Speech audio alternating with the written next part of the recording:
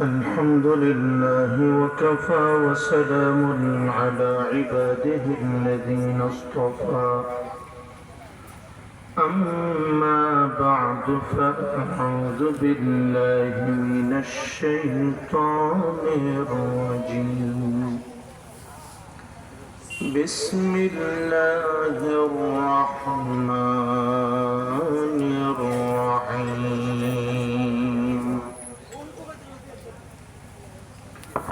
الرحمن علم القرآن خلق الإنسان علمه البيان صدق الله العظيم وصدق رسوله النبي الكريم ونحن على ذلك لمن الشاهدين والشاكرين والحمد لله رب العالمين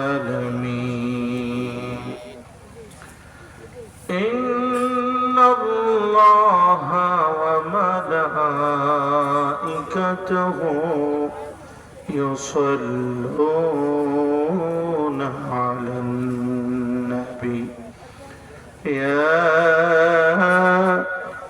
أيها الذين آمنوا صلوا عليه وسلموا تسليما محبت الشهد درود پڑھی اللهم صل على محمد وعلى آل محمد كما صليت على إبراهيم وعلى آل إبراهيم إنك حميد مجيد اللهم بارك على محمد وعلى آل محمد كما باركت على إبراهيم وعلى آل إبراهيم إنك حميد مجيد لا إله إلا الله لا إله إلا الله محبت لا إله إلا الله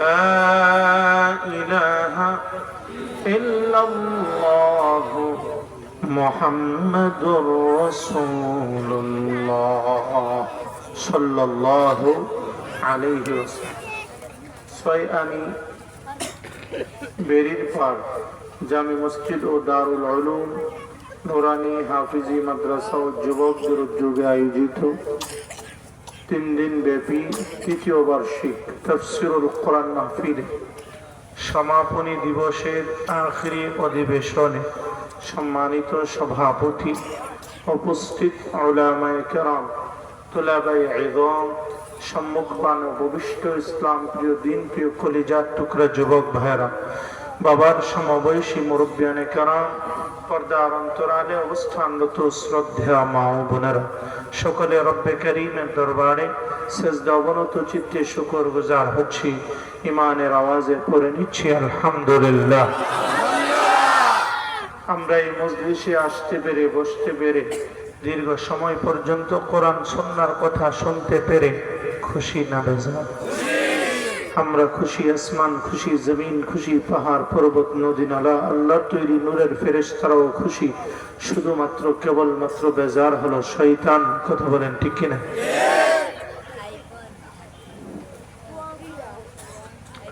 আমি আপনাদের সামনে মহাগ্রন্থ কোরআনে হাকিমের সূরা রহমানের ধারাবাহিক প্রথম 4টি আয়াতে কারিমা তিলাওয়াত করেছি। আমি কোরআন এবং সুন্নাহর আলোকে চারটি আয়াতে কারিমাকে সামনে রেখে তাফসীর কেন্দ্রিক কিছু কথা বলার চেষ্টা করব। আল্লাহ আমাকে বলার, আপনাদেরকে শোনার তৌফিক দান করুন। সকলে পড়ি আমিন। শুরুতেই বলে নিচ্ছি,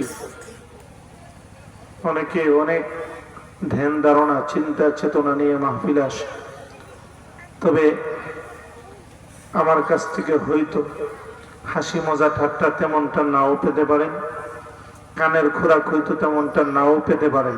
তবে আল্লাহর নামের শপথ করে বলছি, আমি কোরআন এবং সুন্নাহর আলোকে কিছু কথা আপনাদের সামনে বলার চেষ্টা করব, তাফসীর কেন্দ্রিক কিছু আলোচনার চেষ্টা করব, যে কথাগুলো আমাদের হেদায়েতের জরিয়া যেন আল্লাহ বানিয়ে দেয়। সকলে বলি আমিন। আলোচনায় চলে গেলাম। আমার তেলাওয়াতকৃত আয়াতে শুরুতেই আল্লাহ রাব্বুল আলামিন তিনি তার নিজের পরিচয় দিয়েছেন। সুবহানাল্লাহ। আল্লাহ বলেন, الرحمن علم القرآن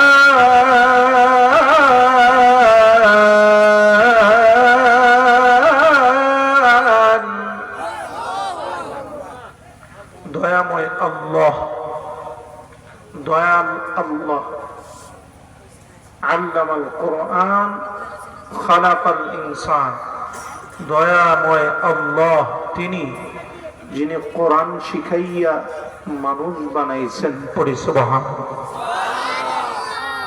আমি আপনাদেরকে প্রশ্ন করব, বুঝে থাকলে জবাব দিবেন। আল্লাহ আগে মানুষ বানাইছেন নাকি আগে কোরআন শিখাইছেন? পিছনের ভাইয়ারা মনে হয় আমার ভাষা বুঝতেছেন, বোঝা যায়? আগে মানুষ বানাইছেন নাকি আগে কোরআন শিখাইছেন? আগে মানুষ বানাইছেন। মানুষ বানানোর কাজটা আল্লাহ মূলত আগে করেছেন, তারপর কোরআন শিখাইছেন। কিন্তু আল্লাহ বলতে গিয়া বলেন, দয়াময় আল্লাহ তিনি যিনি কোরআন শিখাইছেন তারপর মানুষ বানাইছেন। কেন বললেন? কারণ মানুষ হলো দুই প্রকার। কয় প্রকার? এক নাম্বার হলো জন্মগত মানুষ, দুই নাম্বার হলো গুণগত মানুষ।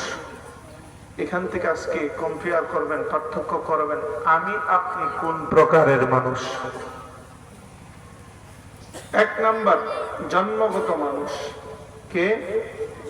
মানুষের ঘরে জন্ম নিলেই জন্মগত মানুষ হওয়া যায়। জন্মগত মানুষ হওয়ার জন্য মায়ের পেট থেকে আলিফ বা তা সা ক খ গ ঘ ABCD শিখে আসা লাগে না। মানুষের ঘরে জন্ম নিলেই জন্মগত মানুষ হওয়া যায়।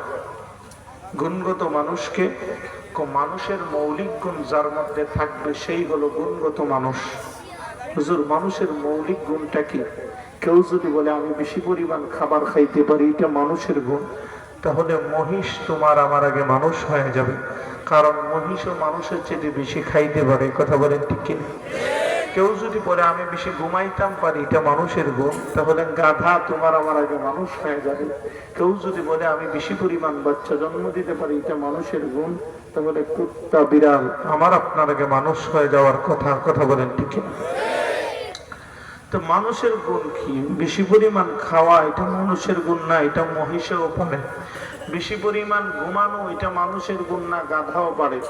বেশি পরিমাণ বাচ্চা জন্ম দেওয়া এটা মানুষের গুণ না, এটা কুত্তা বিড়ালও পারে। কথা বলেন ঠিক না? মানুষের একমাত্র গুণ হলো আল্লাহর ইবাদত। আর ইবাদত শিক্ষার একমাত্র শিক্ষা ব্যবস্থা হলো কোরআনের শিক্ষা। আল্লাহর দুনিয়ায় কোরআনের শিক্ষা ছাড়া ইবাদত শিক্ষার আর কোন শিক্ষা ব্যবস্থাই পৃথিবীতে নাই। কথা বলেন ঠিক না? এজন্যই আল্লাহ বলেন, الرحمن علم القرآن خلق الإنسان।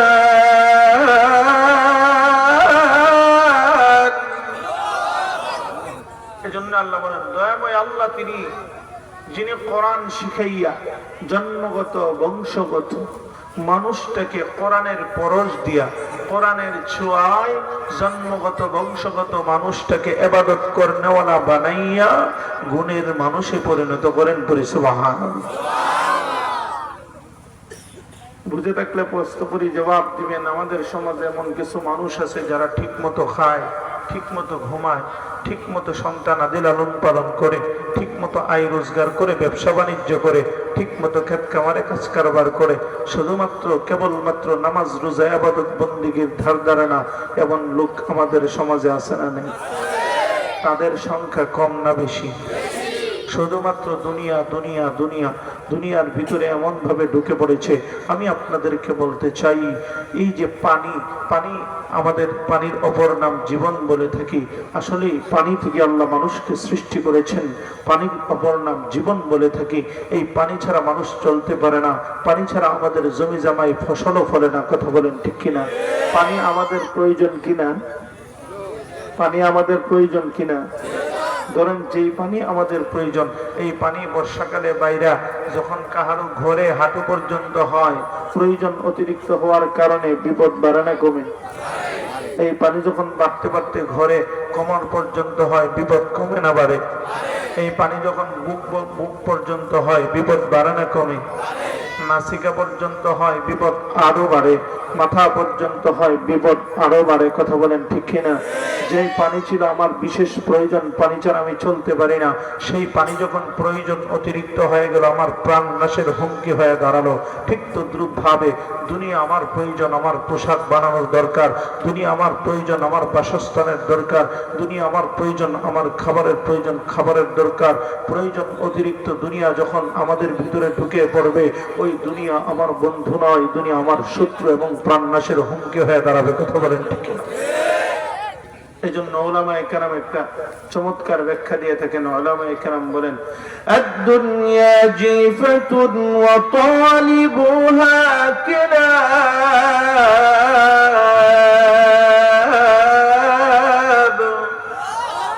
দুনিয়াটা একটা মৃত জন্তুর ন্যায়, অর্থাৎ একটা মরা গরু, আর এর অন্বেষণকারীরা হলেন কুত্তা। ভালো করে বুঝবেন, দুনিয়া একটা মরা গরু, আর এই মরা গরু খুঁজে কে? কুত্তা। আচ্ছা, মরা গরু কি শুধু কুকুরের জন্য হালাল নাকি শিয়ালের জন্য হালাল? মরা গরু যেমনি কুকুর খাইতে পারে, শিয়ালও খাইতে পারে, শকুনও খাইতে পারে। কথা বলেন ঠিক কিনা? খাই তো অনেক প্রাণীরাই, সব দোষ গিয়া পরে কুত্তার উপর। কথা কোন ঠিক কিনা? আমাদের মাঝে সমাজ এক মাছ আছে, নদীতে মাছটা পাওয়া যায়, পুকুরে পাওয়া যায়, খাল বিলে পাওয়া যায়। এটারে আমরা গু খাওয়া মাছ হিসেবে সবাই চিনি জানি। কথা কোন ঠিক কিনা? প্রশ্ন করি, জবাব দিবেন। গু খেয়ে শুধুমাত্র ওই মাছটাই খায়, আর অন্য কোনো মাছে খায় না? অন্য মাছে খাইলো দোষ কিন্তু ওই মাছের উপরেই পড়ে। কথা কোন ঠিক কিনা? ঠিক মরা গরু, মরা প্রাণী, অনেক প্রাণীরাই খায়, দোষ পড়ে শুধু কুত্তার উপর। কুত্তার উপর দোষ পড়ার কারণ হলো তিনটা। তিন কারণে কুত্তা দোষী। কই কারণ? সবাই কয় না, কই কারণ বলবো? শোনার রুচি আছে? এক নাম্বার কুত্তা দোষী হওয়ার কারণ হলো, আগে আমরা দেখেছি সচরাচর, এখন দেখি না, মরা গরু শুকনো খায়। খায় কিনা? শুকনো মরা গরু খায়, খাওয়ার একটা টাইম টেবিল আছে। শুকনো রাতের বেলা খায় না, দিনের বেলা খায়। কথা বলেন ঠিক কিনা? শিয়াল মরা গরু খায়, দিনে নয় রাতে। কিন্তু কুত্তার একটা স্বভাব হইল, কুকুরের দিনেও খায়, রাতেও খায়। কথা বলেন ঠিক কিনা? এখান থেকে আমাদের উপরে চমৎকার নসিহা হলো, এমন আমাদের সমাজে এমন কিছু মানুষ আছে, যেই মানুষগুলা দিনের বেলাও দুনিয়াতে ডুবে আছে, রাতের বেলাও দুনিয়া খুঁজে, দিনের বেলাও দুনিয়া খুঁজে, রাতের বেলাও দুনিয়া খুঁজে। নামাজ রোজা ইবাদত বন্দেগীর কোনো ধার ধারে না, কোরআন তেলাওয়াতের ধার ধারে না, জিকির আজকারের ধার ধারে না। ওই মানুষগুলার কুত্তার মধ্যে কোনো পার্থক্য নাই। চিল্লায়া বলেন ঠিক কিনা? দুই নাম্বার কুত্তা দোষী হওয়ার কারণ, শুকুনে মরা গরু খায়, মরা গরুর হাড্ডি খায় না, গোস্ত খায়। শিয়ালও মরা গরু খায়, কোনো প্রাণী খাইলে হাড় খায় না, গোস্ত খায়। এই জন্য দেখবেন পুরাতন কবরস্থানের পাশে কোনো একটা প্রাণী খাইছে, হাড়গুলো পড়ে থাকে, গোস্ত নাই। কথা বলেন ঠিক কিনা? কিন্তু কুকুরের একটা স্বভাব, যেটা খাওয়ান যায় এটাও খায়, যেটা খাওয়া যায় না এটাও খায়। কুকুরে গোস্ত যেমন খায়, হাড্ডিও খায়। কথা বলেন ঠিক কিনা? ঠিক তদ্রুপ ভাবে আমাদের সমাজে আল্লাহ তাআলা আমাদের জন্য হালাল পন্থায় ব্যবসা বাণিজ্য করার মধ্য দিয়ে উপার্জিত সম্পদ আমাদের জন্য হালাল করেছেন, খাওয়াকে হালাল করেছেন, বৈধ করেছেন। সুদকে আল্লাহ আমাদের জন্য হারাম করেছেন, ঘুষ খাওয়াকে আল্লাহ আমাদের জন্য হারাম করেছেন, অন্যায়ভাবে জুলুম করে অন্যের জমি আত্মসাৎ করে খাওয়াকে হারাম করেছেন। আল্লাহ আমাদের সমাজে এমন কিছু মানুষ আছে যেই মানুষগুলো আল্লাহ যেটা হালাল করেছে এটা যেমন খায়, সুদও খায়, ঘুষও খায়, সিটারি বাটপারি করে, অন্যায় করে, জুলুম করে, অন্যের জমি জবরদস্তি করে আত্মসাৎ করেও খায়। ওই সমস্ত মানুষগুলো আর কুত্তার মধ্যে কোনো পার্থক্য নাই। চিল্লায়া বলেন ঠিক? 3 নাম্বারটা বলবো। 3 নাম্বার যেই কারণে কুত্তা দোষী, শকুনে মরা গরু খায়, শিয়ালও খায়, কুত্তাও খায়। শকুনের একটা সিফত হইল যেখানে গরু একটা মরছে ঠিক সেই বরাবর আকাশে আইসা কয়েকটা চক্কর মারবে খাওয়ার আগে। চক্কর দিয়া বোঝায় যে সঙ্গী সাথী কারা কই আছো, তোরাও আয়, খাবার একটা পাইছি, সবাই মিললে একসাথে খাবো। কথা বলেন ঠিক কিনা?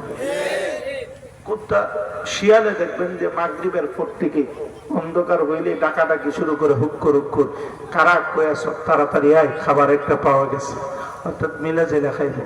কিন্তু কুকুরের একটা স্বভাব হলো, একটা মরা গরু কমপক্ষে 10 থেকে 12টা কুত্তার সমান হবে।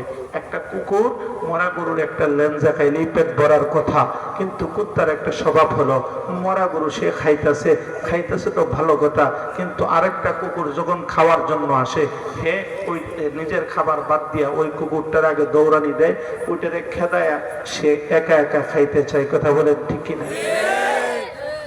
ঠিক তদ্রুপ ভাবে আমাদের সমাজে বড় ভাই নামক কিছু জালেম আছে, যারা বাবার সম্পত্তিগুলা তার অধীনে এবং তার নিয়ন্ত্রণে থাকার সুবাদে বাবা মারা যাওয়ার পরে ছোট বোনটা এসে বাবার হক সম্পত্তির ভাগ চায়, ছোট ভাইটা এসে বড় ভাইয়ের কাছে বাবার সম্পত্তির ভাগ চায়। বড় ভাইটা ডাক দিয়ে বলে, 5 বছর ধরে বাপ অসুস্থ ছিল, খোঁজখবর নেস নাই, এখন বাবার সম্পত্তির ভাগ নিতে এসে ধর দে, ছোট ভাইটাকে তাড়ায় দে, ছোট বোনটাকে তাড়ায় দে। এমন বড় ভাই নামক কিছু জানেন এই সমাজে নাই? কথা বলেন না কেন? এরকম যারা আছে শুধুমাত্র নিজে খাইতে চায়, নিজের ভাইটাকে বঞ্চিত করে, নিজের বোনটাকে বঞ্চিত করে, অন্যদেরকে বঞ্চিত করে, ওই সমস্ত নেশার বলা মানুষগুলো আর কুত্তার মধ্যে কোনো পার্থক্য নাই। চিল্লায়া বলেন ঠিক? যারা নামাজ রোজা ইবাদত বন্দেগীর ঢাল ধরে না, শুধুমাত্র দুনিয়ার পিছনে ব্যস্ত আছে। তুমি যদি মিয়া মানুষ হও তাহলে মহিষ জানোয়ার হবে কেন? তুমি যদি মানুষ হও তাহলে কুকুর জানোয়ার হবে কেন? তুমি যদি মানুষ হও ও মিয়া তাহলে গাধাটা জানোয়ার হবে কেন? কারণ তুমি যেটা পারো এটা তো জীবজন্তু জানোয়ারও পারে। পৃথিবীর কোনো জীবজন্তু জানোয়ার একটা কাজ করতে পারে না। এটা হলো নামাজ রোজা ইবাদত বন্দেগী, এই একটা শুধুমাত্র কেবলমাত্র মানুষের গুণ মানুষ করতে পারে। নামাজ রোজা ইবাদত বন্দেগী পৃথিবীর কোন জীবজন্তু জানোয়ারে করে না। কথা বলেন ঠিক? এজন্য আল্লাহ বলেন, وما خلقت الجن والإنس إلا ليعبدون।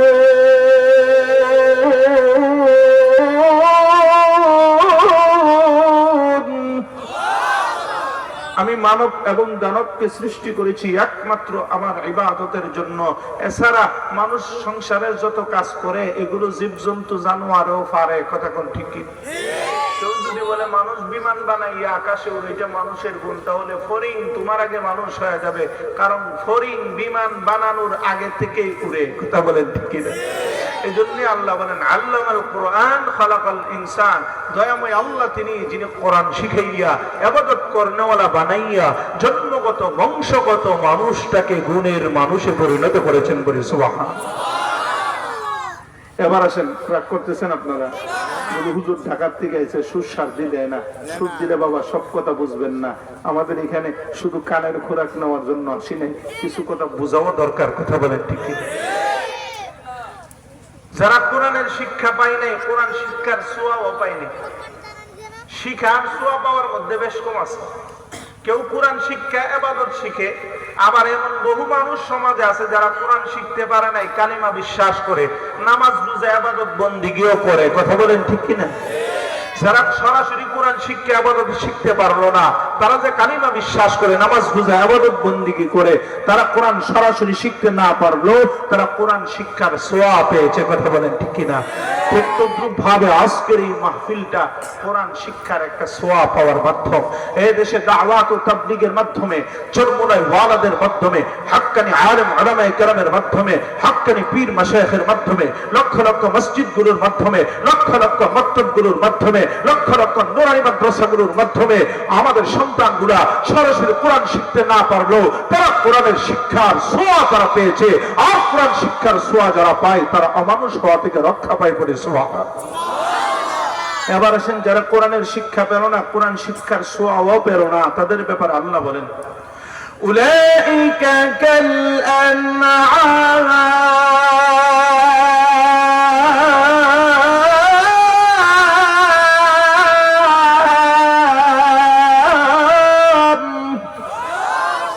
কথা আল্লাহ বলেন যারা কোরআনের শিক্ষা পেল না, কোরআন শিক্ষার সোয়াও পেল না, তারা চার পাওয়ালা জীবজন্তু জানোয়ারের মতো। কে বলছেন কথাটা? এই সমাজের মধ্যে যারা নামাজ রোজা ইবাদত বন্দেগীর ধার ধরে না, কোরআন তেলাওয়াতের ধার ধরে না, জিকির আজকারের ধার ধরে না, তারা দেখতে মানুষের মতো হলেও, মানুষের বংশে জন্মগ্রহণ করলেও, তারা মানুষের মতো দেখতে হলেও তাদের চার পাওয়ালা জানোয়ারের মতো বলেছেন যিনি, তিনি কে? আর আসতে বলেন তিনি কে? শুধু কি তাই? এরপরে আল্লাহ বলেন বালহুম আবল, তার চেয়ে আরো নিকৃষ্ট। দুনিয়ার বিবেচনায় যারা নামাজ রোজা ইবাদত বন্দেগী করে না, তারা জীবজন্তু জানোয়ারের মধ্যে কোনো পার্থক্য নাই। কিন্তু আখিরাতের বিবেচনায় আল্লাহ বলেন দুনিয়াতে আল্লাহ তাআলা যত মাখলুক বানাইছেন, জীবজন্তু জানোয়ারের জন্য আল্লাহ জাহান্নাম বানাই নাই। যেই মানুষ ইবাদত বন্দেগী নামাজ রোজা করে না, আল্লাহ পরকালে তাকে জাহান্নামে যাওয়ার ফয়সালা দিয়ে দিবে। ওই মানুষটা পরকালের জিন্দেগিতে পস্তাইতে থাকবে আর বলতে থাকবে আল্লাহ আমাকে তুমি মানুষ বানাইছিলা, জাহান্নামের ফয়সালা দিয়েছো। ও মালিক, আজকে কিয়ামতের ময়দানে তুমি কোন জীবজন্তু জানোয়ারকে জাহান্নামের ফয়সালা দিবা না, কোন কুকুরকে জাহান্নামে যাওয়ার জন্য বলবা না, কোন শুয়োরকে তুমি জাহান্নামে দিবা না। ও মালিক, আমি যে আজকে একটা কুত্তার চেয়ে নিকৃষ্ট হয়ে গেলাম, আজকে যে আমি একটা শুয়ারের চেয়ে নিকৃষ্ট হয়ে গেলাম, আজকে আমি একটা শুয়োরের চেয়ে নিকৃষ্ট হয়ে গেলাম। ও আল্লাহ, আজকে একটা কুত্তা আমার চেয়ে শ্রেষ্ঠ হয়ে গেল, আজকে একটা শুয়োর আমার চেয়ে শ্রেষ্ঠ হয়ে গেল। দুনিয়ার বিবেচনায় যদিও তোমার বুঝে আসে না আল্লাহ এত কঠিন করে কিভাবে বলে, ওই দিন তোমাকে কেউ তাফসীর করে ব্যাখ্যা করে বুঝাইতে হবে না। ও বাবা, তুমি নিজেই ওই দিন তোমার নিজের অবস্থাটা বুঝতে পারবে, তুমি নিজেই স্বীকৃতি প্রদান করবে। কথা বলে ঠিক? এখন দুইটা উদাহরণ দিব। কয়টা? শিক্ষাগত যোগ্যতা থাকলে মানুষ মানুষ হয় না, অমানুষও হয়। আজকে তাম পৃথিবীর সবচেয়ে শিক্ষা ব্যবস্থা উন্নত হলো ইহুদি খ্রিস্টানদের রাষ্ট্রে। কথা বলেন ঠিক কিনা? শিক্ষিত মানুষ আছেন, আপনারা গভীরভাবে লক্ষ্য করবেন ইহুদি খ্রিস্টানদের রাষ্ট্রে শিক্ষা ব্যবস্থা এত উন্নত, তাদের বাচ্চার বয়স যখন 7 বছর হয় বাধ্যতামূলকভাবে স্কুলে ভর্তি করাইতেই হয়। 17 বছর পর্যন্ত বাধ্যতামূলকভাবে স্কুলে ভর্তি করায় পড়াইতেই হয়। এর বিপরীত যদি কোনো মা বাবা করে, ওই দেশের সরকার মা বাপকে জেলে ঢুকায় এবং ওই দেশের সরকার নিজ দায়িত্বে বাচ্চাগুলোর দায়িত্ব নিয়ে তাদেরকে লেখাপড়া করায়। এতে করে বোঝা যায় ইহুদি খ্রিস্টানদের রাষ্ট্রে শিক্ষা ব্যবস্থা এত উন্নত, তাদের বাচ্চাদের মূর্খ থাকার কোনো সুযোগই নেই। কথা বলেন ঠিক কিনা? আমরা বাংলাদেশের মানুষ, আমার বাচ্চাকে যদি আমি 7 বছর স্কুল অথবা মাদ্রাসায় ভর্তি না করাই, এটা কি দণ্ডনীয় অপরাধ? আমাদের বাচ্চাদেরকে মূর্খ রাখার সুযোগ আছে না নাই? কিন্তু তাদের দেশে মূর্খ রাখার কোন সুযোগই নেই। যেই দেশের শিক্ষা ব্যবস্থা এত উন্নত, তাদের মনুষ্যত্বের অবস্থা কোথায় গিয়ে দাঁড়িয়েছেন একটু লক্ষ্য করে দেখুন। ওই দেশে বাচ্চার এনআইডি কার্ডে বাবার পরিচয় এনআইডি কার্ড হয় না, মায়ের পরিচয় এনআইডি কার্ড হয়। আমাদের দেশে একটা সন্তানের এনআইডি কার্ডে বাবার পরিচয় সন্তান পরিচয় লাভ করে, কিন্তু ওদের দেশে বাবার পরিচয় সন্তান পরিচয় লাভ করে না, সন্তান পরিচয় লাভ করে মায়ের পরিচয়। কেন মায়ের পরিচয় সন্তান পরিচয় লাভ করে? এর একটা কারণ হলো ওই দেশে বিবাহ ছাড়া সন্তান জন্ম দেওয়া হারাম না, যার কারণে একটা মেয়ে বিবাহের আগে 2-3 বাচ্চার মা হয়ে যায়। কথা বলেন ঠিক কিনা? কখনো একটা মেয়ে পার্কে গিয়ে এক পুরুষের সঙ্গে রাত কাটিয়েছে, কখনো একটা মেয়ে হোটেলে গিয়ে আরেক পুরুষের সঙ্গে রাত কাটিয়েছে, কখনো একটা মেয়ে সমুদ্রের পারে আরেক পুরুষের সঙ্গে রাত কাটিয়েছে। ওই মেয়েটা প্রেগনেন্ট হয়ে যখন বাচ্চা জন্ম দেয়, ওই মেয়ে নিজেই জানে না তার পেটের বাচ্চার বাবা কোন পুরুষ। আমি আপনাদেরকে বলতে চাই, আমাদের সমাজের কিছু মানুষ আছে যারা কুকুরের বাচ্চা লালন পালন করে। কথা বলেন ঠিক কিনা? এই কুকুরের বাচ্চাগুলো কোনো কুকুরের কাছ থেকে আনা হয় না, কুকুরনির কাছ থেকে আনা হয়। কারণ কি? ও কুকুরনি নিজেই জানে না এই বাচ্চাগুলোর বাপ কোন পুরুষ। ঠিক তদ্রুপ ভাবে আমি আপনাদেরকে বলতে চাই, ইহুদি খ্রিস্টানদের রাষ্ট্রে তাদের বাচ্চা জন্মগ্রহণ করার প্রক্রিয়া আর কুকুরের বাচ্চা জন্মগ্রহণের কোন প্রক্রিয়ার মধ্যে কোনো পার্থক্য নাই। চিল্লায় বলেন ঠিক? এর কারণ কি তাদের শিক্ষা ব্যবস্থা অনেক দুর্বল এজন্য না, তাদের শিক্ষা ব্যবস্থা অনেক সবল, কিন্তু সমস্যা হলো এক জায়গায়, তাদের মধ্যে কোরআনের শিক্ষাও নাই, কোরআন শিক্ষার ছোঁয়াও নাই। আর আল্লাহ বলেছেন যারা কোরআনের শিক্ষা পেল না, কোরআন শিক্ষার ছোঁয়া পেল না, তারা মানুষের ঘরে মানুষের মতো মানুষের বংশে জন্মগ্রহণের পরেও তারা যে অমানুষ বলেছেন যিনি, তিনি কে? সবাই বলে না তিনি কে? এবার আসেন আমাদের ছোট্ট একটা উদাহরণ দিই। আমাদের দেশের প্রাইমারি স্কুল থেকে ইউনিভার্সিটি পর্যন্ত পাঠ্যপুস্তকে এই কথা লেখা নাই, বিবাহ ছাড়া সন্তান জন্ম দেওয়া হারাম। কেন লেখা নাই? এর দুঃখজনক একটা জবাব হলো, আমাদের দেশের লক্ষ কোটি মুসলমানের সন্তান যে প্রাইমারি থেকে ইউনিভার্সিটি পর্যন্ত পড়ালেখা করে, ওদের পাঠ্যপুস্তক সংশোধনী কমিটিতে আমরা যাদেরকে পূর্বে দেখেছি তাদের মধ্যে অনেক নাস্তিককে দেখতে পেয়েছি। কথা বলেন ঠিক কিনা? সেই নাস্তিকগুলা সুকৌশলে কখনো আমাদের কোমলমতি ছাত্রছাত্রীদের মগজে বানরের শিক্ষা ঢুকিয়ে আমাদের বাচ্চাদের ঈমান আকীদাকে ধ্বংস করার প্রয়াস চালিয়েছিল। কথা বলেন ঠিক কিনা? শুধু তাই না, কখনো তারা সুকৌশলে আমাদের বাচ্চাদের মগজ ধুলাই করার জন্য একথা ঢুকিয়ে দিয়েছে, প্রাপ্তবয়স্ক ছেলে মেয়ে একে অপরের সম্মতিক্রমে দৈহিক মিলামিশা করার দোষের কিছু না। আমি স্পষ্ট করে বলছি, অবশ্যই মুসলমানের সন্তান প্রাইমারি, হাই স্কুল, কলেজ, ইউনিভার্সিটিতে পড়বে, মেডিকেলে পড়ে অবশ্যই মুসলমানের সন্তান ডাক্তার হবে, ইঞ্জিনিয়ার হবে, ব্যারিস্টার হবে, লয়ার হবে, জজ হবে, কারণ এই সম্পদগুলো মুসলমানের দরকার আছে না নাই? তবে এটা আমি মনে করাই দিতে চাই, স্পষ্ট ভাষায় বলছি, মুসলমানের লক্ষ কোটি সন্তানগুলা প্রাইমারি থেকে ইউনিভার্সিটি, মেডিকেল পর্যন্ত পড়ালেখা করতে গিয়া কোন বেঈমান নাস্তিক রাম বাম যেন আমার সন্তানদের ঈমানকে যেন ধ্বংস করতে না পারে, এই নিষ্ঠাটা আমরা পেতে হবে। কথা বলেন ঠিক কিনা? এই জন্য আমরা এই দাবি উঠিয়ে দিতে চাই, যেই দেশের লক্ষ কোটি মুসলমানের সন্তান প্রাইমারি থেকে ইউনিভার্সিটি পর্যন্ত পড়ালেখা করবে, ওই দেশের পাঠ্যপুস্তক সংশোধনী কমিটিতে অবশ্যই কোন নাস্তিক আর রাম বামদেরকে জায়গা দেওয়া হবে না। কথা বলেন ঠিক কিনা?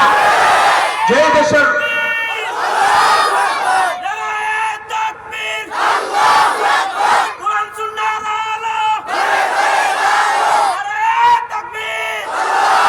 সেই দেশের প্রাইমারি থেকে শুরু করে ইউনিভার্সিটি পর্যন্ত লক্ষ কোটি কোটি মুসলমানের সন্তান লেখাপড়া করে, ওই দেশের পাঠ্যপুস্তক সংশোধনী কমিটিতে অবশ্যই এদেশের হক্কানি আলেম ওলামায়ে কেরামের অংশগ্রহণকে বাধ্যতামূলক করতেই হবে। কথা বলেন ঠিক কিনা?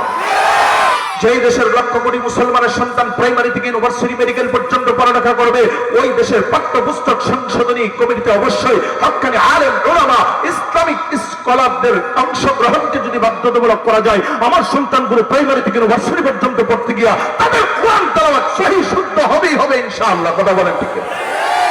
এই দাবিগুলো আমরা করছি, কাউকে গালি দিয়েছি।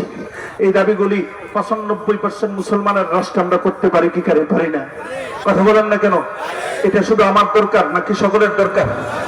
আমরা চাই স্কুল, কলেজ, ইউনিভার্সিটিতেও যেমনি ভাবে অন্যান্য সাবজেক্টকে প্রাধান্য দেওয়া হয়, কোরআন শিক্ষা, কোরআন তেলাওয়াত সহিহ শুদ্ধ হওয়া, নামাজ শিক্ষাও যে কোনো বাধ্যতামূলক ভাবে প্রাধান্য দেওয়া হয়, এটা আমরা চাই। কথা বলেন ঠিক কিনা? যদি এমনটা হয় তাহলে আমাদের সন্তানগুলো স্কুলে পড়ার পরেও তারা কোরআন শিক্ষা পাবে, কোরআন শিক্ষার ছোঁয়া পাবে। আর যারা কোরআন শিক্ষা পাবে, ছোঁয়া পাবে, তারা অমানুষ হওয়া থেকে রক্ষা পাবে। কথা বলেন ঠিক কিনা? এবার আসেন, যেই দেশের প্রাইমারি থেকে ইউনিভার্সিটি পর্যন্ত পাঠ্যপুস্তকে এই কথা লেখা নাই, বিবাহ ছাড়া সন্তান জন্ম দেওয়া হারাম, তারপরও এদেশের 1 লক্ষ ছাত্রছাত্রীদের মধ্যে 99,999 জন ছাত্রছাত্রী মনে প্রাণে এই কথা বিশ্বাস করে বিবাহ ছাড়া সন্তান জন্ম দেওয়া হারাম হারাম। কথা বলেন ঠিক কিনা? এটা হলো আজকের এই ওয়াজ মাহফিল। এই দেশে লক্ষ লক্ষ ওয়াজ মাহফিলের মাধ্যমে, হক্কানি আলেম ওলামায়ে কেরামের মাধ্যমে, লক্ষ লক্ষ মসজিদ আর মাদ্রাসাগুলোর মাধ্যমে আমাদের সন্তানগুলো যদিও সরাসরি কোরআনের শিক্ষা গ্রহণ করতে পারে নাই, তারা এই মাধ্যমগুলোর কারণে তারা কোরআন শিক্ষার ছোঁয়া পেয়েছে। কথা বলেন ঠিক কিনা? প্রশ্ন করতে পারেন, হুজুর 1%কে বাদ দিলেন কেন? 1%কে বাদ দিয়েছি তসলিমা নসরিনের কারণে, 1%কে বাদ দিয়েছি লতিফ সিদ্দিকের কারণে, 1%কে বাদ দিয়েছি ডক্টর জাফর ইকবালের কারণে, 1%কে বাদ দিয়েছি ডক্টর আহমদ শরীফের কারণে। যেই ডক্টর আহমদ শরীফের মতো লোকগুলা এত বড় নাস্তিক ছিল, মৃত্যুর পূর্বে পরিবারকে ওসিয়ত করে যায়, আমি মারা যাওয়ার পর আমার লাশকে যেন গোসল দেওয়ানো না হয়, আমার লাশকে যেন কাফন পরানো না হয়, জানাজা যেন দেওয়া না হয়, আমার লাশকে যেন মুসলমানদের কবরে যেন কবরস্থ করা না হয়, আমার লাশকে মেডিকেলে দান করে দিবে। এই ডক্টর আহমদ শরীফ সে বলে এগুলো ধর্মান্ধদের ধর্ম বিশ্বাস, এগুলো ধর্মান্ধদের ধর্মের অন্ধ কথা, এগুলোকে আমি বিশ্বাস করি না। আমি আপনাদেরকে বলতে চাই, ও ডক্টর আহমদ শরীফের মতো নাস্তিক গুলা, আমাদের দেশের একটা কুত্তা মরলে আমরা গোসল দেওয়াই না, কথা বলেন ঠিক কিনা? আমাদের দেশের একটা কুকুর মরলে জানাজা দেই না, কাফন পরাই না, মুসলমানদের কবরে এই কুত্তাটাকে আমরা কবরস্থ করি না।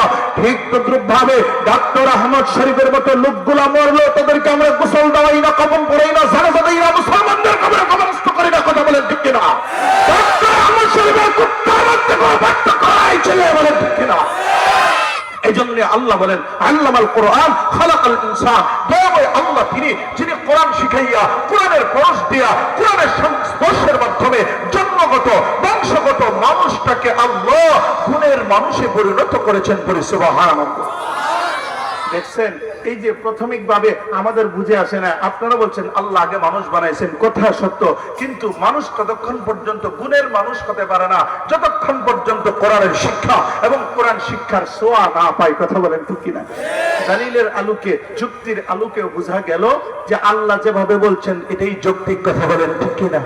অনেকের বুঝে না আসলো এটা যৌক্তিক, কথা বলেন ঠিক কিনা? রাগ করেন নাই তো আপনারা? এরপরে আল্লাহ তাআলা মানব সৃষ্টির বিশাল রহস্যের কথা আল্লাহ তাআলা কোরআনে হাকিমে বলেছেন। বিশাল রহস্যের বর্ণনা দেওয়ার মধ্য দিয়া আল্লাহ তাআলা আমাদের সকলকে একটা সবক দিতে চায়। এই সবকটা দেওয়ার আগেই আমি আপনাদের সামনে কোরআন থেকে মানুষটি কিভাবে আল্লাহ সৃষ্টি করেছেন, আল্লাহ রাব্বুল আলামিন तमाम পৃথিবীটাকে কোন প্রক্রিয়ায় সৃষ্টি করেছেন, আমি কোরআন থেকে তাফসীর কেন্দ্রিক কিছু কথা বলবো, শুনবেন তো সবাই? চলবে ইনশাআল্লাহ। আল্লাহ রাব্বুল আলামিন দুনিয়ার মানুষদেরকে ডেকে ডেকে বলেন, রে গোলাম, আল্লাযী খালাকাল মাউতা ওয়াল হায়াতা লিয়াবলুয়াকুম আইয়ুকুম আহসানু আমালা। আল্লাহু আকবার। আল্লাহ ডাকতে বলে, গোলাম, আমি আল্লাহ মৃত্যু এবং জীবন সৃষ্টি করেছি। কেন আমি আল্লাহ মৃত্যু এবং জীবন সৃষ্টি করেছি? আমি আল্লাহ তোমাদেরকে পরীক্ষা করব। ভাই বোনা এমনি এমনিতে আমি আল্লাহ ছেড়ে দেব। আমি আল্লাহ পরীক্ষা করব। কিসের পরীক্ষা? আমি আল্লাহ দেখব তোমাদের মধ্যে কার আমলটা কত সুন্দর। আমি আল্লাহ বেশি আমল দেখব না, সুন্দর আমল আমি আল্লাহ দেখব। রে গোলাম, একটু দিনের কান লাগায় শোন। আমি আল্লাহ রাব্বুল আলামিন এই জন্য অস্তিত্বহীন থেকে আমি আল্লাহ মানুষকে অস্তিত্ব দান করেছি। আরে আল্লাহ কেন অস্তিত্ব দান করেছে? রে গোলাম, একটু দিলের কান লাগায় শোনো। মানুষের কোনো নাম ছিল না, পরিচয় ছিল না, উল্লেখযোগ্য কোনো বস্তুতে আমরা পরিগণিত ছিলাম না, আমাদের এক সময় কোনো অস্তিত্ব ছিল না। আল্লাহ বলেন, রে গোলাম, আমি আল্লাহ তোদেরকে কেমন অস্তিত্ব দান করেছি একটু নজর করে তাকায় দেখ। ইন্না খালাকাল ইনসানা মিন নুতফাতিন আমশাজ।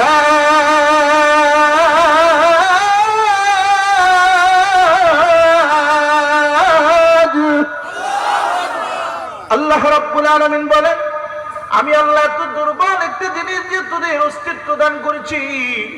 এত দুর্বল একটা জিনিস দিয়ে আমি আল্লাহ মানুষ বানাইলাম, যে জিনিসের নাম মানুষ জবান দিয়ে উচ্চারণ করতে লজ্জা পায়, কথা বলেন ঠিক কিনা? রে গোলাম, এই জিনিসের দাম বাজারে 2 আনাও নেই। আমি আল্লাহ দুর্বল জিনিস দিয়ে বানাইলাম, কারণ মানুষ তোদের মধ্যে, তোদের মাধ্যমে অহংকার শোভা পাই না। অহংকারের সিফত একমাত্র আমি আল্লাহ, তোদের দ্বারা হিংসা শোভা পাই না। অহংকারের সিফত একমাত্র আমি আল্লাহ। জমিনের মধ্যে তোরা অহংকার করো, তোমরা দাপট দেখাও, একে অপরের উপর জুলুম করো। রে গোলাম, আমি আল্লাহ এত দুর্বল জিনিস দিয়ে তোদেরকে বানাইলাম। আমি আল্লাহ এত দুর্বল জিনিস দিয়ে আর কোনো কিছু বানাই নাই। আল্লাহ রাব্বুল আলামিন দুনিয়ার মানুষদেরকে ডেকে ডেকে বলেন, রে গোলাম, আমি আল্লাহ तमाम পৃথিবীতে কোন প্রক্রিয়ায় বানাইলাম? আমি আল্লাহ এই জমিনটাকে আমি আল্লাহ বানাইলাম। আমি আল্লাহ আসমানটাকে বানাইলাম। আমি আল্লাহ কোটি কোটি ফেরেশতা বানাইলাম, যে ফেরেশতাগুলো একটা মুহূর্তের জন্য আমার জিকির বন্ধ করে না, যেই ফেরেশতারা একটা মুহূর্তের জন্য আমার ইবাদত বন্দেগী বন্ধ করে না। আমি আল্লাহ কোটি কোটি তারকা দিয়ে আসমানটা সাজাইলাম।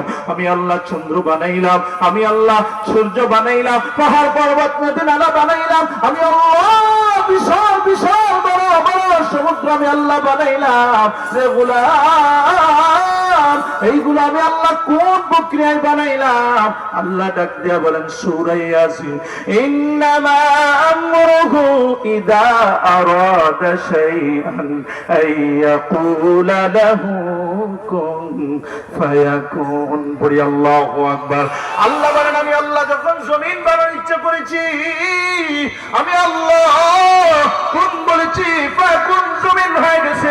আমি আল্লাহ যখন আসমান বানানোর ইচ্ছা করেছি, আমি আল্লাহ শুধু কোন বলেছি আসমান হয়ে গেছে। কোটি কোটি ফেরেশতা হয়ে গেছে, কোটি কোটি তারকা হয়ে গেছে। শুধু তাই নয় রে গোলাম, আমি আল্লাহ চন্দ্র সূর্যকেও কোন বলিয়া বানাইলাম। এ গোলাম একটু দিলের কান লাগা শোন, আমি আল্লাহ মানুষকে তো মহব্বত করে বানাইলাম, মানুষকে তো ভালোবাসা দিয়ে মানুষ বানাইলাম। আমি আল্লাহ তামাম পৃথিবীর বানানোর প্রক্রিয়ায় মানুষ বানাই নাই। আল্লাহ দেখতে বলেন খালাকতু বিয়াদাইয়া, রে গোলাম আমি আল্লাহ মানুষকে বড় মহব্বত করে বড় ভালোবেসে আমি আল্লাহ আমার কুদরতের হাত দিয়া ঘষা মাজা করিয়া করিয়া মানুষ বানাইছি। বলি আল্লাহু আকবার। আমাদের সমাজে এমন কিছু শিক্ষিত সমাজের মুসলমান সন্তান আছে, যেই মুসলমান সন্তানগুলো যুবকগুলা মাঝে মাঝে আমাদেরকে প্রশ্ন করে, হুজুর আজকে তামাম পৃথিবীতে ইহুদি খ্রিস্টানরা এত উন্নত উন্নত আবিষ্কার করছে, এত উন্নতি দেখাচ্ছে, উন্নতির প্রদর্শন দেখাচ্ছে, বিজ্ঞানের প্রদর্শন দেখাচ্ছে, হুজুর মুসলমানরা তামাম পৃথিবীকে কি দিতে পেরেছে? এমন অনেক প্রশ্ন অনেক যুবক আমাদেরকে করে থাকে। আমি ওই সমস্ত যুবক ভাইদেরকে একটা প্রশ্ন ছুড়ে দিতে চাই। ও যুবক ভাই, আজকে তামাম পৃথিবীতে ইহুদি খ্রিস্টানদের এই উন্নতি দেখিয়া দেখিয়া তুমি তাদের প্রশংসায় পঞ্চমুখ হয়ে যাও। ও যুবক ভাই, আমি শুধু তোমাকে বলবো, তুমি তোমার 3.5 হাত বডির দিকে একটু নজর দাও। তুমি তোমার 3.5 হাত বডির দিকে একটু নজর দাও। আল্লাহ যে তোমাকে কোটি কোটি টাকার সম্পদ দান করেছেন, আল্লাহ চোখ দিয়েছেন, আল্লাহ শ্রবণ শক্তি দিয়েছেন, আল্লাহ বাক শক্তি দান করেছেন, আল্লাহ বোধ শক্তি দান করেছেন। ও যুবক ভাই, আমি তোমার অনুভূতিতে একটু টাচ করতে চাই, আমি তোমার বিবেকে একটু আঘাত করে টাচ করতে চাই। এভাবে কি কোনোদিন চিন্তা করেছো? আমি যদি আজকে শুধু নয় কিয়ামত পর্যন্ত আজকে তামাম পৃথিবীর সমস্ত বিজ্ঞানকে যদি সময় দেওয়া হয়, তামাম পৃথিবীর সমস্ত আধুনিক টেকনোলজিকে যদি সময় দেওয়া হয়, পৃথিবীর সমস্ত দর্শনকে যদি সময় দেওয়া হয়, আর চোখের দৃষ্টিশক্তি তৈরি করার জন্য তামাম পৃথিবীর সব বিজ্ঞান মিলিয়া, তামাম পৃথিবীর সমস্ত দর্শন মিলিয়া মানুষের চোখের দৃষ্টিশক্তি কিয়ামত পর্যন্ত বানাইতে পারবে না। কথা বলেন ঠিক কিনা? মানুষের শ্রবণ শক্তি কোনোদিন বানাইতে পারবে না, মানুষের আকল বুদ্ধি শক্তি কোনোদিন দিতে পারে না। ও যুবক ভাই, ও বদ্দানের মা, ও বাবা, আমি আপনাদের কাছে প্রশ্ন করতে চাই, এই যে আল্লাহ কোটি কোটি টাকার সম্পদ আমাদেরকে দান করেছেন, এইগুলোর জন্য কি কোনোদিন আল্লাহর কাছে দরখাস্ত করেছিলাম কি? কোনদিন আল্লাহর কাছে দরখাস্ত করি নাই। বিনা দরখাস্তে আমাদেরকে দৃষ্টিশক্তি দিলেন যিনি, তিনি কে? বিনা দরখাস্তে শ্রবণ শক্তি দিলেন যিনি, তিনি কে? বিনা দরখাস্তে বাক শক্তি দিলেন যিনি, তিনি কে? বিনা দরখাস্তে আমাদের আকল বুদ্ধি দিলেন যিনি, তিনি কে? ও যুবক ভাই, আমি তোমাদেরকে একটু বলতে চাই, রব বলা হয় এমন একজন মালিককে যার কাছে চাইলে যিনি দেন তিনি হলেন রব। কিন্তু আমাদের মালিক আল্লাহ শুধু রব নয়, তিনি হলেন রব্বে কারীম। কারীম বলা হয় এমন একজন মালিককে যিনার কাছে না চাইতে যিনি দেন তিনি হলেন রব্বে কারীম। আল্লাহু আকবার। আল্লাহ বলেন, ইয়া আইয়ুহাল ইনসানু মা গররাকা বিরাব্বিকাল কারীম।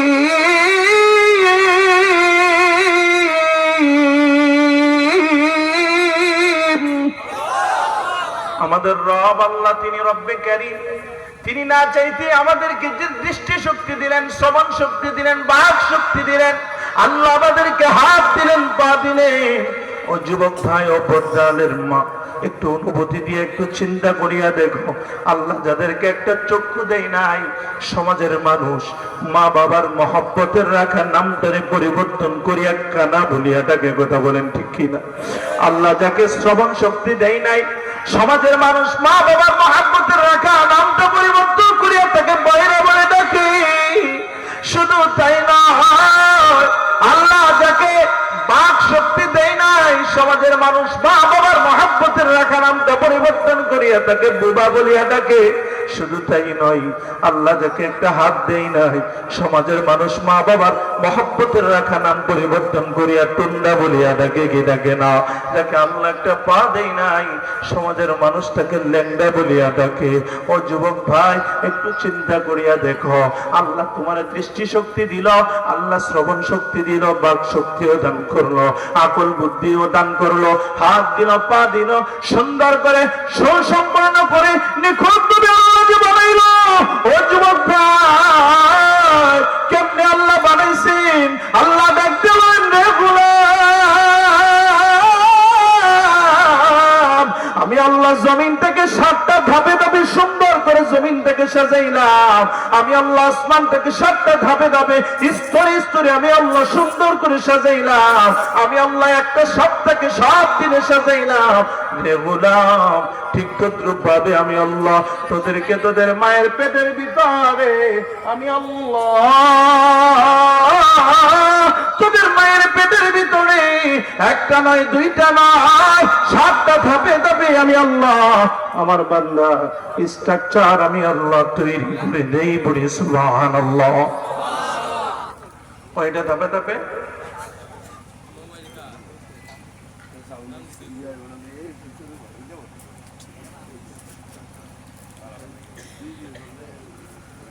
এটা আমি বলবো, তবে বিষয় থাকলে আগেই বলতে হয়, ঠিক আছে?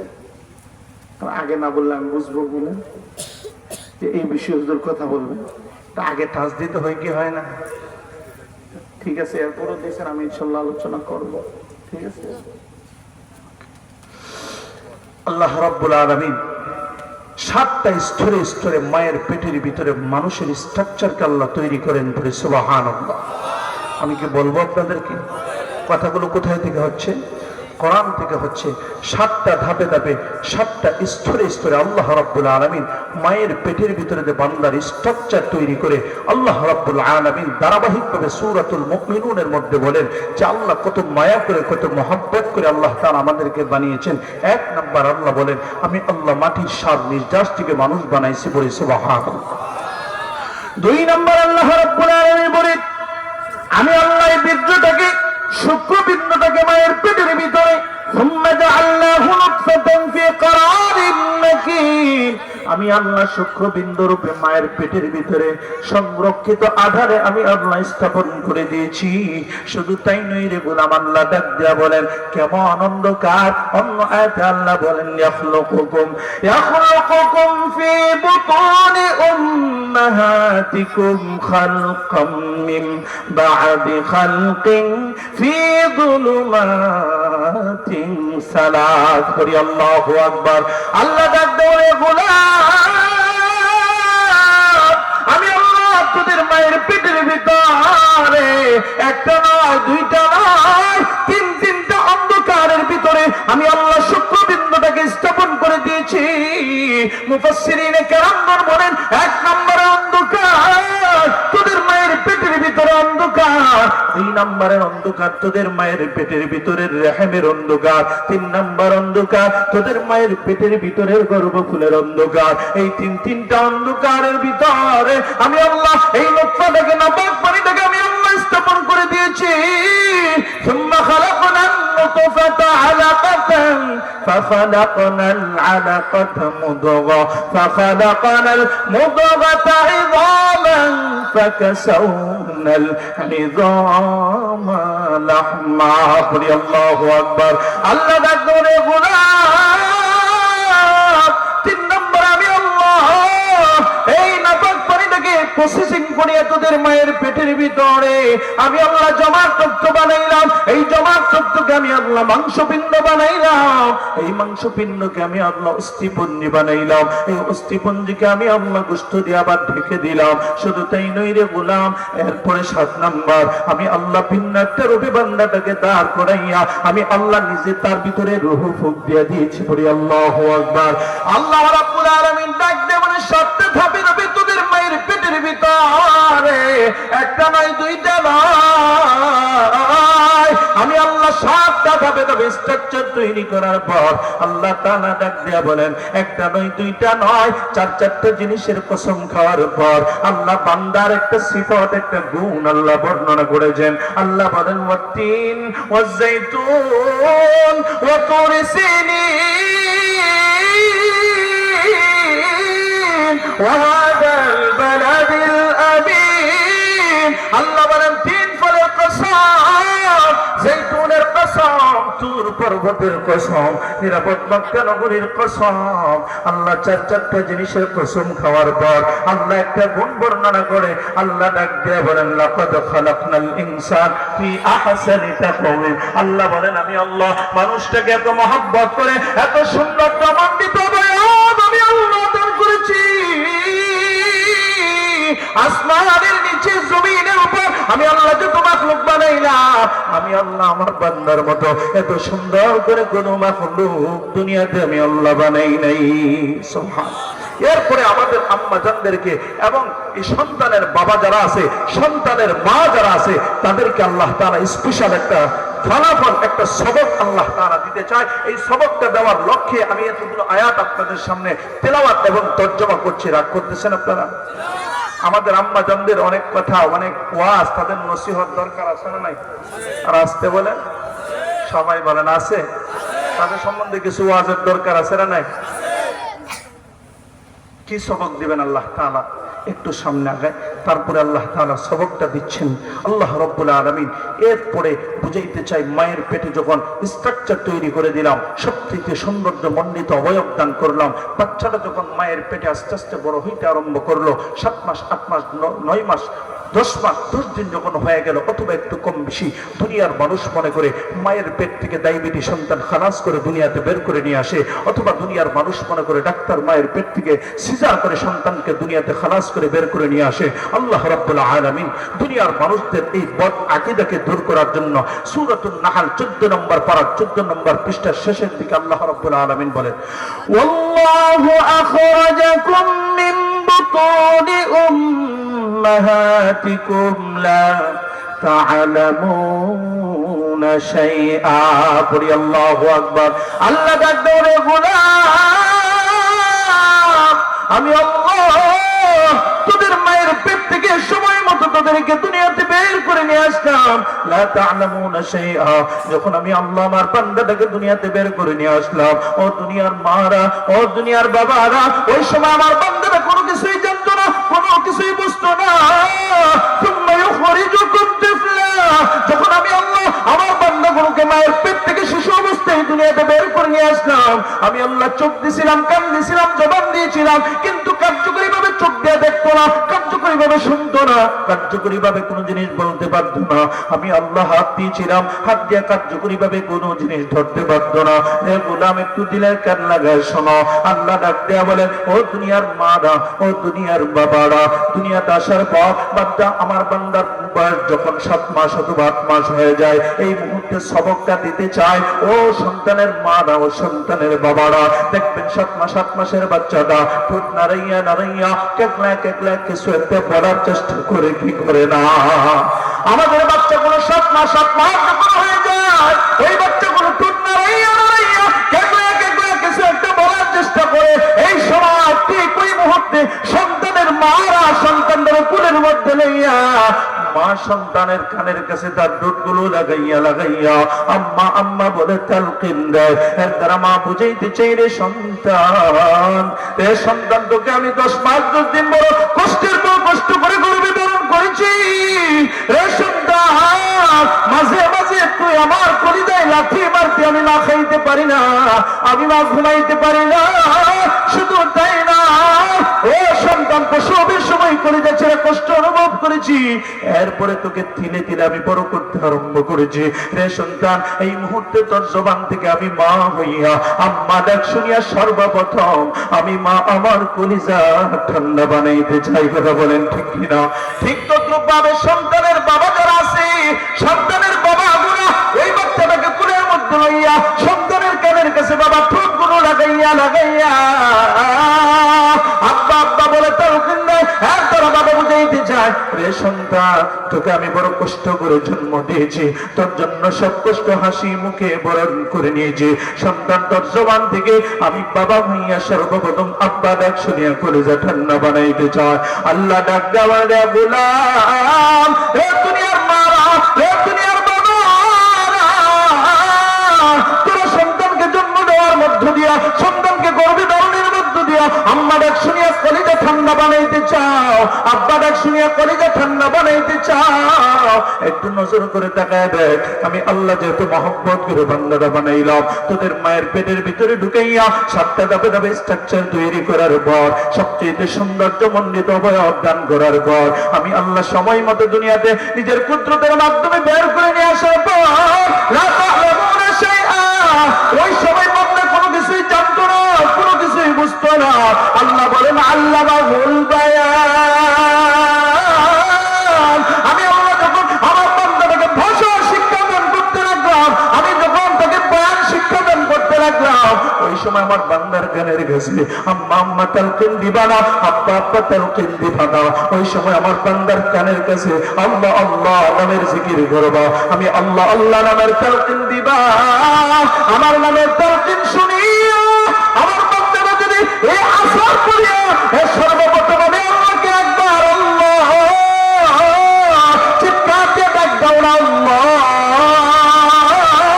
আমার বান্দারা আমার নামের নাম শুনিয়া সর্বপ্রথম যদি তার জবান দিয়ে আমি আল্লাহকে একবার আল্লাহ বলিয়া ডাক দেয়, ও দুনিয়ার মারা, ও দুনিয়ার বাবারা, আমি আল্লাহ আমার বান্দারে এত মহব্বত করে যে বানাইলাম, আমার বান্দার জবান থেকে আমি আল্লাহ নামের ডাকটা শুনিয়া আমি আল্লাহ আমার কুদরতি অন্তর ঠান্ডা বানাইতে চাই। বলি আল্লাহু আকবার, আর বলি আল্লাহু আকবার।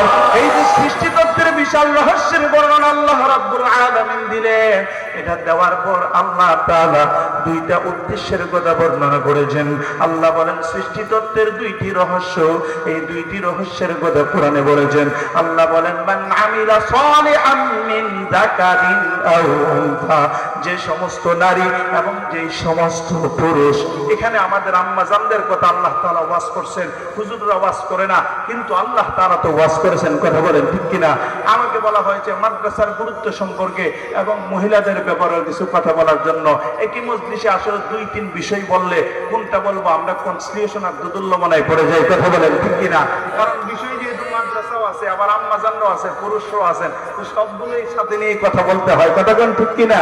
কারণ পুরুষদের কথা না বললে এরা জায়গায় খিপ্তা, আবার আম্মা জানও যায় খিপ্তা, আবার মাদ্রাসা যেহেতু আছে মাদ্রাসার কথাও বলতে হয়, তাহলে এখানে ডাইনে সাইনে খিচুড়ি। কথা কোন ঠিক কিনা? যাই হোক, সবগুলোই বলতে হবে, কারণ বিভিন্ন রং রঙের কাপড় পরতে আমরা পছন্দ করি, একবারে সলিড কালার কাপড় আমরা সবার ভাল লাগে না। কতক্ষণ ঠিক কিনা? রাগ করবেন না তো? আম্মা জানদের বয়ান করছেন যিনি, তিনি কে? সবাই বলেন। আমার আলোচনার প্রাসঙ্গিক আসছে, কারণ এই আলোচনাই শুরু করছে। আল্লাহ বলেন মান আমিলা সালিহাম মিন যাকারিন আও উনসা ওয়া হুয়া মুমিনুন فلنحيينه حياة طيبة ولنجزينهم أجرهم بأحسن ما كانوا يعملون. الله أكبر. আল্লাহ বলেন যে নারী এবং যে পুরুষ নেক আমল করবে ঈমানের হালতে, সৃষ্টি তত্ত্বের 2টা উদ্দেশ্যের কথা আল্লাহ বলেছেন। 1 নাম্বার ঈমানকে পূর্ণ করা, 2 নাম্বার হলো নেক আমল করা। কথা বলেন ঠিক কিনা? আমাদের আম্মা জানদের ব্যাপারে চমৎকার একটা হাদিস আছে। মহিলাদের মুখ্য পাত্র ছিলেন হযরত যায়েদ হযরত আসমা বিনতে ইয়াজিদ আনসারিয়া রাদিয়াল্লাহু তাআলা আনহা সব মহিলারা নবীর কাছে এসে প্রশ্ন করতে লজ্জাবোধ করত, সংকোচ বোধ করত। এজন্য অন্যান্য মহিলাদের মুখপাত্র হইয়া আসমা বিনতে ইয়াজিদ আনসারিয়া রাদিয়াল্লাহু তাআলা আনহা নবীর কাছে এসে মহিলাদের প্রতিনিধি হইয়া তিনি প্রশ্ন করতেন। আল্লাহর নবীর দরবারে আসছি, ইয়া রাসূলুল্লাহ, ইয়া হাবিবাল্লাহ, ওগো নবীজি, আল্লাহ আপনাকে শুধুমাত্র কেবলমাত্র পুরুষের জন্য নবী বানায় দুনিয়াতে পাঠাই নাই। আল্লাহ যেমনি ভাবে আপনাকে পুরুষের জন্য নবী বানায় পাঠাইছেন, ঠিক তদ্রুপ ভাবে আল্লাহ রাব্বুল আলামিন আপনাকে নারীদের জন্য নবী হিসাবে পাঠাইছেন। কথা বলেন ঠিক কি না? হযরত আসমা ডাক দিয়ে বলেন, ইয়া রাসূলুল্লাহ, ইয়া হাবিবাল্লাহ, ওগো নবীজি, আমরা নারীরাও আপনার উপর ঈমান আনয়ন করেছি। আমি মহিলাদের প্রতিনিধি হইয়া আপনার কাছে একটা প্রশ্ন করার জন্য এসেছি। প্রশ্নটা হলো এমন, ইয়া রাসূলুল্লাহ, ইয়া হাবিবাল্লাহ, আপনারা পুরুষরা তারা বাহিরে গিয়া যুদ্ধের ময়দানে গিয়ে যুদ্ধ করে জানাজার নামাজে যাইতে পারে, জুমার নামাজে যাইতে পারে, কিন্তু আমাদের আম্মা জানরা অনেক কাজেই তারা যেতে পারে না। কথা বলেন ঠিক কি না? হযরত আসমা বিনতে ইয়াজিদ বড় জ্ঞানী মহিলা ছিলেন, বুদ্ধিমতী ছিলেন। তিনি আল্লাহর নবীর কাছে ডাক দিয়ে বলে, ইয়া রাসূলুল্লাহ, ইয়া হাবিবাল্লাহ, আমি আপনার কাছে জানতে চাই, পুরুষরা যুদ্ধের ময়দানে যাইয়া বহু সওয়াব অর্জন করে, তারা যুদ্ধের ময়দানে যাইয়া গনিমতের মাল হাসিল করতে পারে, তারা যুদ্ধের ময়দানে যাইয়া রক্তাক্ত হয়ে শাহাদাতের অভিষেক পান করে আল্লাহর জান্নাতে হতে পারে। ইয়া রাসূলুল্লাহ, তারা জুমার নামাজে যাইতে পারে, তারা জানাজার নামাজে যাইয়া সওয়াব হাসিল করতে পারে, কিন্তু যখন আমাদের স্বামীরা তারা যুদ্ধের ময়দানে যায়, জুমার নামাজে যায়, তারা যখন জানাজার নামাজে যায়, তখন আমরা তাদের সম্পদের হেফাজত করি, বাড়িতে থেকে তাদের সন্তানগুলোকে দেখাশোনা করি। ঠিক ওই মুহূর্তে আমরা নিজেরা ঘরের মধ্যে থেকে নিজের লজ্জাস্থানকে হেফাজত করি, পর্দার ভিতরে থাকি, আমরা ঘরের মধ্যে 5 ওয়াক্তের সালাত আদায় করি। ইয়া রাসূলুল্লাহ, আপনার কাছে জানতে চাই, আমরা ঘরে থেকে পুরুষরা যে বাহিরে গিয়ে এক্সট্রা অনেকগুলো সওয়াব অর্জন করে, আমরা কি তাদের সওয়াবের অংশীদার হতে পারবো কি পারবো না? আল্লাহর নবী, বিশ্ব নবী রাহমাতুল লিল আলামিন সাহাবীদেরকে ডাক দাও, সাহাবীরা শোনো, দেখছো মহিলারা কত চমৎকার প্রশ্ন করতে পারে। তোমরা কি কোনোদিন মহিলাদের কাছ থেকে এত সুন্দর সাজানো গোছানো প্রশ্নকে তোমরা কোনোদিন শুনেছ? সাহাবীরা ডাক দিয়ে বলেন, ইয়া রাসূলুল্লাহ, ইয়া হাবিবাল্লাহ, আমরা কোনোদিন কল্পনাও করি নাই মহিলারা এত সুন্দর করে গোছায় প্রশ্ন করতে পারে। আল্লাহর নবী ডাক দিয়ে বলেন, ও সাহাবীরা, ওই যে আসমা বিনতে ইয়াজিদ আনসারিয়ার কাছে জানায় দাও, তাকে এই কথা বলে দাও, সে যেন অন্যান্য মহিলাদের কাছে গিয়ে সুসংবাদ জানায় দেয়।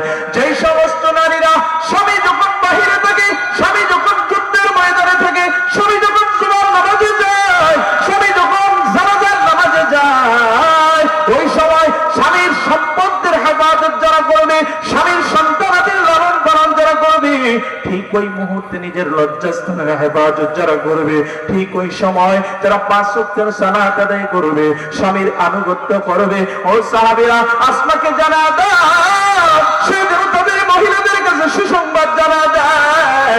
যেই সমস্ত মহিলারা স্বামীর অবর্তমানে স্বামীর আমানতের হেফাজত করবে, লজ্জাস্থানের হেফাজত করবে, 5 ওয়াক্তের সালাতের হেফাজত করবে, ওই মহিলারা ঘরের মধ্যে যদি থাকে, ঘরের মধ্যে স্বামীর বিছানাগুলো গুছায় রাখে, স্বামীর ঘরের ডেক পাতিল থালা বাসন গুলো যদি মাজা বাজিও করে, স্বামী যুদ্ধের ময়দানে যাইয়া যেই পরিমাণ সওয়াব অর্জন করবে, জানাজার নামাজে যাইয়া যেই পরিমাণ সওয়াব অর্জন করবে, জুমার নামাজে যাইয়া স্বামী যেই পরিমাণ সওয়াব অর্জন করবে, মহিলারা ঘরের মধ্যে থাকার বড় তাদের আমলনামায় যুদ্ধের সওয়াব আল্লাহ দান করে দিবে। তাদের আমলনামায় জুমার নামাজের সওয়াব আল্লাহ দান করে দিবে। তাদের আমলনামায় শুধু তাই নয়, জানাজার নামাজের সওয়াব আল্লাহ দান করে দিবেন। আমাদের মা বোনদের প্রতি আমার একটা বিশেষ নসিহত, অনেক স্বামী প্রবাসে থাকার সুবাদে, অনেক স্বামী ঢাকায় কর্মক্ষেত্র চাকরি করার সুবাদে, আমাদের এমন কিছু মা বোন আছে যারা অন্য পর পুরুষের সঙ্গে পরিক্রিয়ায় লিপ্ত হয়ে যায়। কথা বলেন ঠিক কিনা? এমন মহিলা মনে হয় আমাদের এলাকায় নেই। কথা বলেন না কেন? আর এমন বুকরা মাশাআল্লাহ পড়ে, যে বুকরা পড়া একেবারে কেমন জানে ল্যাংটা থাকা সমান কথা বলেন, ঠিক কিনা? যাই হোক, আমি আপনাদেরকে বলতে চাই, এমন পোশাক পরিধান করে যে পোশাকগুলো আমাদের যুব সমাজকে, তাদের চরিত্রকে ধ্বংস করে দিচ্ছে। আমাদের অনেক যুবতী বোন আছে যারা নিজের সৌন্দর্যকে পুরুষের সামনে প্রদর্শন করতে পছন্দ করে। ও বোন, ও মা, আপনাদের উদ্দেশ্যে আমি একটা কথা স্মরণ করে দিতে চাই। সাইয়্যিদাতুন নিসাই আহলুল জান্নাহ, জান্নাতের রমণীদের সর্দার যিনি হবেন, মায়ার নবী, বিশ্ব নবী, রাহমাতুল লিল আলামিনের কলিজার টুকরা সন্তান হযরত ফাতেমা দুনিয়ার জমিন থেকে বিদায় হওয়ার পূর্বে হযরত আলী তার স্বামীকে ডাক দিয়ে বলেন, স্বামীর হাত ধরে বলেন, ও আমার স্বামী, আমার মনে হয় আজকে রাতের ভিতরে আমি ফাতেমা দুনিয়ার থেকে বিদায় হয়ে যাব। আল্লাহ নবী, বিশ্ব নবী, কলিজার টুকরা সন্তান হযরত ফাতেমার অবস্থা একটু চিন্তা করেন। ও মা, ও যুবতী বোন, আমি তোমার অনুভূতিতে, আমি তোমার বিবেকের কাছে একটু টাচ করতে চাই। যেই মহিলাটা, যেই মেয়েটা জান্নাতে সমস্ত নারীদের সর্দারনি হবে, আল্লাহ নবী, বিশ্ব নবী, ওই মেয়েটা ওই জান্নাতি রমণীদের সর্দারনিকে দুনিয়াতে ডাক দিয়া বলে, ও মেয়ে আমার ফাতেমা, ও কলিজার টুকরা মেয়ে, তোমাকে আমি বাবা বিশ্ব নবী হয়ে তোমাকে আমি জাহান্নামের আগুন থেকে বাঁচাইতে পারবো না। কথা বলেন, ঠিক কিনা? আজকে সাধারণ নারীটা তো দূরে, দূর কি বাত, রাবিয়া বস্ত্রী তো দূর কি বাত, এই যে বড় বড় রমিনের তারা তো দূরে থাক। আল্লাহ নবীর কলিজার টুকরা সন্তান হযরত ফাতেমাকে হুঁশিয়ারি বাণী উচ্চারণ করে জানায় দেয়, ও ফাতেমা, তোমাকে আমি নবী হইয়া, বাবা হইয়া তোমাকে আমি জাহান্নামের আগুন থেকে বাঁচাইতে পারবো না। তুমি তোমার নিজে কামাই করে জাহান্নামের আগুন থেকে তুমি কোন প্রক্রিয়ায় বাঁচবা? আমি আপনাদেরকে বলতে চাই, হযরত ফাতেমা মৃত্যুর আগে হযরত আলী স্বামীর হাত ধরে ডাক দিয়া বলে, ও আমার স্বামী, হয়তো আমি স্ত্রী হিসাবে আপনার সব হককে আমি আদায় করতে পারি নাই, তারপর আমি বলছি, আমি যখন রাতের বেলা মারা যাব, আমি মারা যাওয়ার পর আমার লাশকে যেন কাফন দাফন দেওয়ার ব্যাপারে অন্য কোনো লোক, বাহিরের লোককে যেন আনা না হয়, আমার লাশ মারা যাওয়ার পরে জানাজার জন্য যেন এলান করা না হয়। ও ফাতেমা, কেন কেন এই কথা? তুমি নবীর মেয়ে ফাতেমা, তোমার খবর শুনলে হাজার হাজার সাহাবায়ে কেরাম উপস্থিত হয়ে যাবে, প্রথম তোমার জানাজায় উপস্থিত হয়ে যাবে। কেন তোমার লাশ তুমি মারা যাওয়ার পরে এলান করবো না? তোমার লাশকে অল্প সংখ্যক লোক যারা উপস্থিত থাকে তাদের মাধ্যমে জানাজা দেওয়ার জন্য কেন বলছো গো ফাতেমা? আবার হযরত ফাতেমা ডাক দিয়ে বলে, ও আমার স্বামী, ও আমার প্রাণের স্বামী, আমি আপনাকে বলতে চাই, আমি যখন মারা যাব আমার লাশকে যেন এলান না করা হয়, জানাজার জন্য যেন মানুষ লোককে যেন জমায়েত করা না হয়, কারণ